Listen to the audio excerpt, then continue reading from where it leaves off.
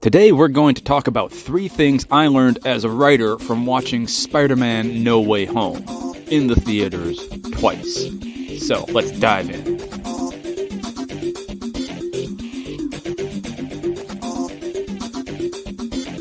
First thing I learned as a writer from watching this film, and I hope you guys have all watched this, by the way. Spoiler alert, big capital letters. I thought about doing this without spoilers, but then I realized that I really couldn't. So we're several months in, and I think most of America who wanted to see this film has seen it. But if you haven't seen it and you still want to, and you've somehow managed to avoid all of the rest of the spoilers on the internet, then you might want to avoid the spoilers that I give here as well.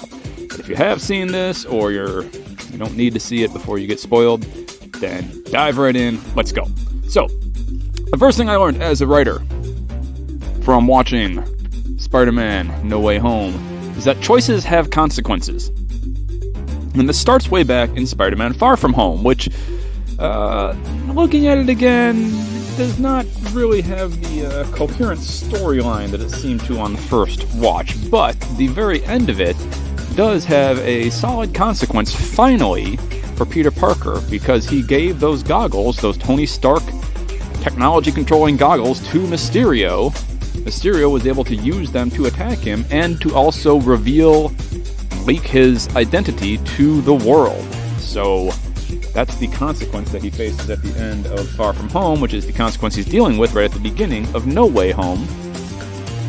And in No Way Home, to attempt to deal with the problems caused by the revelation of his identity, he asks Doctor Strange to cast a spell to fix everything, and then he proceeds to interfere with that spell, and of course the consequence of that is that new villains from other Spider-Man universes enter the MCU, as well as new Spider-Man, we find out a little later. But in the meantime, he chooses, thanks to Aunt May's influence, he chooses to help the villains instead of to send them right back. As a consequence of this, Aunt May dies, and Peter has to team up with the other Spider-Men and his friends to try to set things right, ultimately having to sacrifice his connection to the world. He has to give up pretty much everything and everyone in order to fix his mistake. Actions have consequences. Choices have consequences. Every choice your character makes must lead to some kind of consequence, right? And oftentimes, those consequences for your character are bad because your character is going to make the wrong choices on the road to character growth, on his arc towards the end of his journey. So, choices need to have consequences. And this isn't a lesson that I learned for the first time here, but the way that it was done, the way that every choice Peter made had consequences, and sometimes his good choices, doing the right thing, helping the villains instead of sending them back to their deaths, still has negative consequences. Aunt May dying is a consequence of that. But also, his friends continuing to love him and support him is a consequence of that. So, the consequences are mixed no matter what you do, but actions have consequences. No one should be making a choice in your story or your script that doesn't have some kind of impact on that character's life later on in the script. Number 2 thing that I learned from watching Spider-Man No Way Home is that every character matters.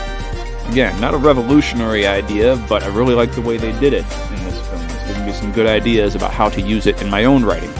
All the heroes, villains, and allies in this story have arcs. Every major character in the story has some kind of arc, some kind of change. Even MJ, Spider-Man's girlfriend, who's gone pretty undeveloped for the last 2 films, has an arc in this film, and it's really good. Some of the arcs are small. The lesser villains, like Sandman, doesn't really need a whole lot of an arc. And some are large, like,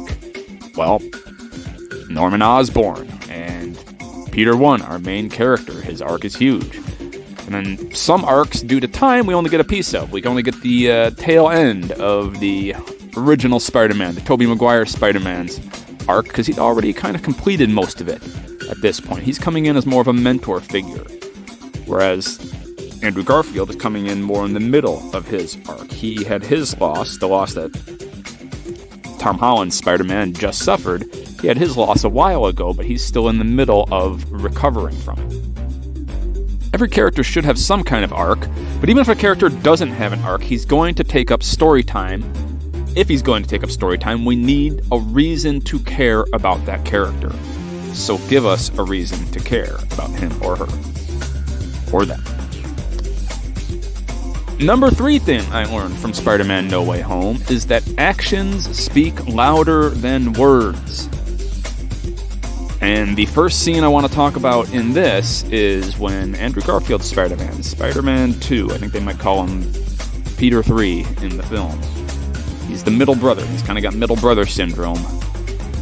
When he dives off the part of the Statue of Liberty he's standing on and rescues MJ, who's falling to her almost certain death, he does what he could not for his own MJ, for Gwen, years before.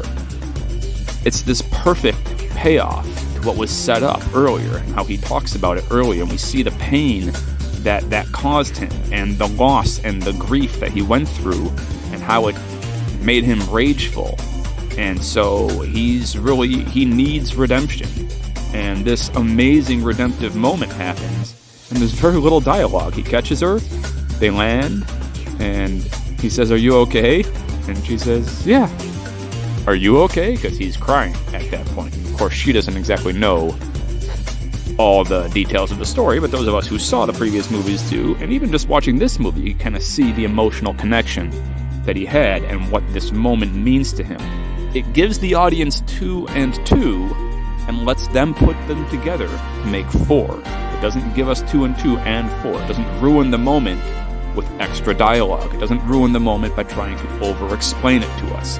That's powerful. The second moment I want to talk about here is when our main character, our main Spider-Man, Tom Holland's Spider-Man, is about to kill Norman Osborn. Norman Osborn has already killed Aunt May, and this version of Osborn, the Green Goblin, is unrepentant about it and incredibly dangerous. And so he's about to kill Norman Osborn with Osborn's own glider when Tobey Maguire's Spider-Man, mentor Spider-Man, Big Brother, gets in the way and holds the glider. We've got a matchup of Spidey strength here. They're pretty equally matched.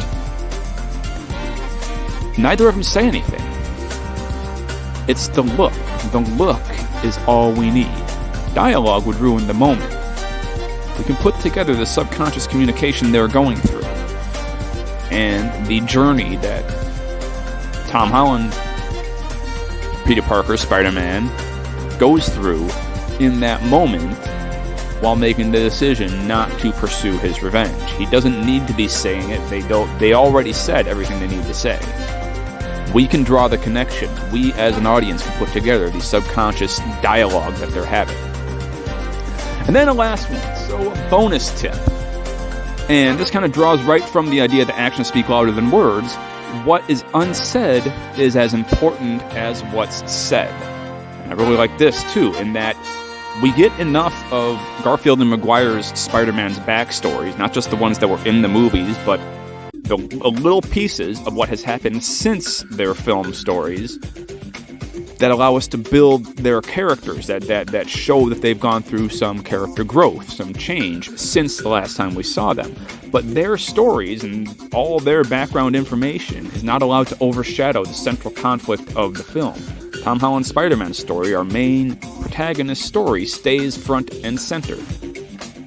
Although I would say Andrew Garfield's story has the best payoff. Fight me. Anyway, so that's the basic thing about what's unsaid is as important as what's said, is that very few characters talk too much. They say just enough to illuminate what's going on, not enough to spoon-feed it to us, not enough to insult the audience, not enough to detract from the power of the moment. Show, don't tell, whenever possible, whenever necessary, whenever it helps your story. And here, showing is much, much more powerful than telling. So those are just some lessons that I learned from Spider-Man No Way Home. Again, choices have consequences. Make sure if your character makes any kind of decision, that decision pays off in some way, positive or negative. There's some kind of consequence that the character must deal with down the road. every character matters. So if a character is going to spend screen time, not necessarily the popcorn guy that the protagonist talks to briefly on the way into the movie theater, but if the character has screen time, gets a name, gets a face, gets a description, then give us something about that character. If it's an arc, that's great, especially if it's a significant character, should have some kind of arc. But if not, we still need a reason to care about that character. So give us something to make us care. And then actions speak louder than words. So whenever you can communicate an idea through action instead of through dialogue, do it that way. But dialogue does have its place. I'm not knocking dialogue at all. But again, the dialogue should add to the moment. It shouldn't have to be the moment. And then, of course, my bonus tip, what is unsaid is as important as what's said. So what do you need to leave out? You should know it. Both Garfield and Maguire knew their characters' backstories. They knew where they were coming from as characters. You should know where your characters are coming from. But you don't need to say everything. What are you going to say, and what are you going to leave out?